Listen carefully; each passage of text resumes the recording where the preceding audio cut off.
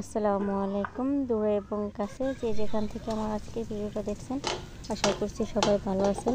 আলহামদুলিল্লাহ, আমরাও আল্লাহর অশেষ রহমতে ভালো আছি। তো প্রতিদিনের মতো আর একটা ভিডিও শুরু করছি। তো আমার ভিডিওটা কোনো অংশে একটু ভালো হলে লাইক দিয়ে কমেন্ট করে আমার সাথেই থাকবেন।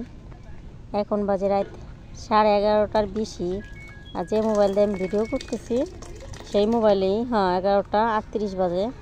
যদি টাইমটা দেখাইতে পারতাম তাহলে দেখাইতাম, কারণ মোবাইল হাতে একটাই, সেটা দিয়ে ভিডিও করতেছি। তো 11:30 বাজে এখন আমার রান্না করতে হবে পায়েস।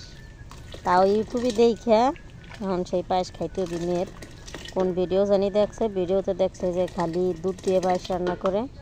তো আমার ঘরে হচ্ছে গিয়ে এত বেশি দুধ নেইও, তো আমি আগে হালকা একটু পানি দিয়ে চাইলটারে কোনো রকম মানে একটু করছি, সিদ্ধটা করছি।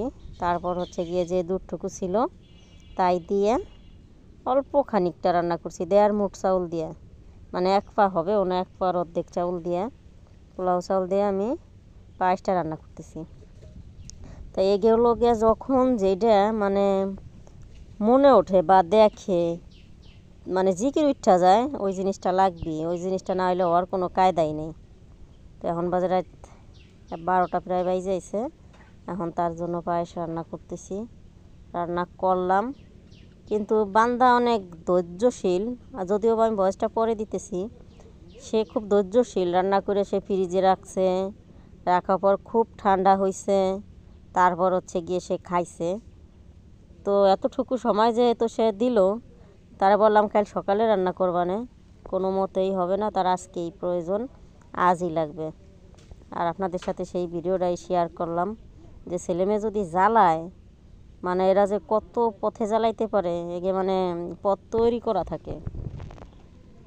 এই যে তার একটা কুলু দেখাই দিলাম ডাইরেক্ট। ওর জন্য রান্না করা হয়েছে ঠিক আছে, কিন্তু ও পরের দিন হচ্ছে গিয়ে রাত প্রায় 12টা বেজে গেছে এখন রান্না শেষ করতে করতে। পরের দিন হচ্ছে ফ্রিজে রেখে দিয়েছে, পরের দিন সকালবেলা, সকাল কি 10টা বাজে, এই যে আজকে মানে আজ আমি ভিডিওটা রেকর্ড করতেছি, আজকে 10টা বাজে হচ্ছে গিয়ে ও খাইছে। তো এই যে ছোটো ছোটো বাটিতে করে রাখছি, এর থেকে মনে হয় 2 থেকে 3 চামচ খাইছে।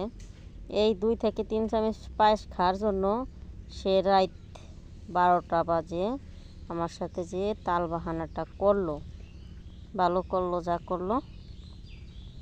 তো আমিও একটু খেয়ে নিতেছি, যে এত কষ্ট করে রান্না করলাম, কেমন হয়েছে জিনিসটা বোঝার জন্য আমিও একটু খাইতেছি।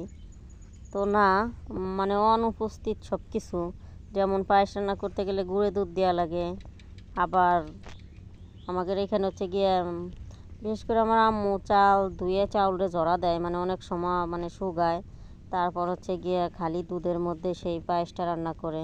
তো আমি আর তা করি নেই, পানি দিয়ে সিদ্ধ করে তারপর রান্না করলাম। সেই হিসাবে অনেকটাই ভালো হয়েছে মনে হইতেছে আমার কাছে খাইয়ে, আলহামদুলিল্লাহ।